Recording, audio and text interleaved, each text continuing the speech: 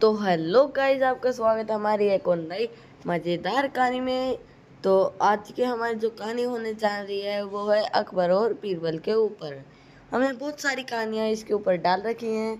अगर आप उन्हें देखना चाहते हैं तो आप हमारे चैनल पर जाकर देख सकते हैं। कहानी में आगे बढ़ने से पहले आप वीडियो को लाइक करना, हमारे चैनल को सब्सक्राइब करना। आपको हमारे चैनल पर ऐसी मज़ेदार कहानी देखने को मिलती रहेगी। चलिए गाइस, जो आज की हमारी कहानी का नाम है वो है बुद्धि से भरा बर्तन। एक बार की बात है, राजा अकबर व उनके प्रिय बीरबल के बीच कुछ मनमुटाव हो गया। इसके चलते राजा ने बीरबल को राज्य से दूर जाने की सजा दे दी। इस परिस्थिति में भी बीरबल ने हार न मानी और उन्होंने अन्य गांव जाकर वेश बदलकर खेती करना शुरू किया। अब वह एक किसान के रूप में अपना जीवन गुजारने लगे। शुरू में तो राजा अकबर के लिए सब कुछ सामान्य सा था, लेकिन कुछ ही दिन बीते थे कि राजा को अपनी गलती का एहसास होने लगा। वह अपनी दैनिक दिनचर्या में बीरबल को याद करने लगे थे। जब भी उनके समक्ष कोई मुश्किल परेशानी आती तो उन्हें बीरबल की कमी खूब खलती थी। एक दिन राजा अकबर से रहा न गया। उन्होंने अपने सेनापति को बुलाया और उन्हें बीरबल को ढूंढने के लिए कहा। राजा की आज्ञा अनुसार हर गांव, हर गली में बीरबल की खोज शुरू की गई।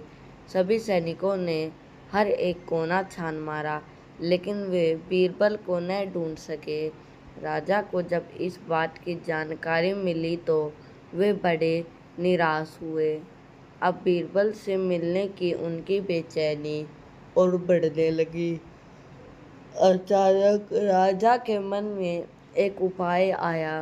उन्होंने आदेश दिया कि सभी गांव के मुखिया को संदेश भेजा जाए कि उन सभी को एक बर्तन के अंदर बुद्धि डालकर राजा को भेजना होगा। जो भी इस आदेश को पूरा नहीं करेगा, उसे इसके बदले एक बर्तन में हीरे जवाहरात भरकर राजा को भेजना पड़ेगा। सभी गांववासी राजा के इस अजीबोगरीब आदेश को सुनकर परेशान थे। सभी यह सोचकर हैरान थे कि बुद्धि को किस तरह एक बर्तन में भरा जाए। बुद्धि तो बर्तन में डालना है तो सभी के पास उपलब्ध थी, लेकिन उसे किस तरह एक बर्तन में डालना है, यह सोचकर सभी परेशानी में थे। ऐसा न कर पाने की अवस्था में उन्हें उसी बर्तन को कीमती हीरे जेवरों से भरना था, जो कि इससे भी बड़ी समस्या थी। वहीं जिस गांव में बीरबल एक सामान्य किसान का वेश बना कर रह रहे थे, वहां भी राजा का यह आदेश चर्चा का विषय बना हुआ था। गांव के सभी बूढ़े बुजुर्ग निराश होकर बैठे हुए थे कि वहां बीरबल आए और उन्होंने कहा कि वह इस समस्या का समाधान निकाल सकते हैं। पहले तो किसी को भी इस बात का यकीन नहीं हुआ, लेकिन उनके पास बीरबल पर विश्वास करने के अलावा और कोई रास्ता नहीं था। इसलिए इस काम की बागडोर बीरबल को सौंपी गई। उस वक्त गांव में तरबूज की फसल उगाने का समय था। बीरबल ने तरबूज के पौधे की एक बेल को एक बर्तन में डाला। धीरे धीरे उस बेल में तरबूज का फल लगने लगा और समय के साथ ही तरबूज ने बर्तन का आकार ले लिया। जैसे ही बर्तन तरबूज से पूरा भर गया, बीरबल ने बेल को फल से अलग किया और उस बर्तन को तरबूज समेत राजा के दरबार में भिजवा दिया।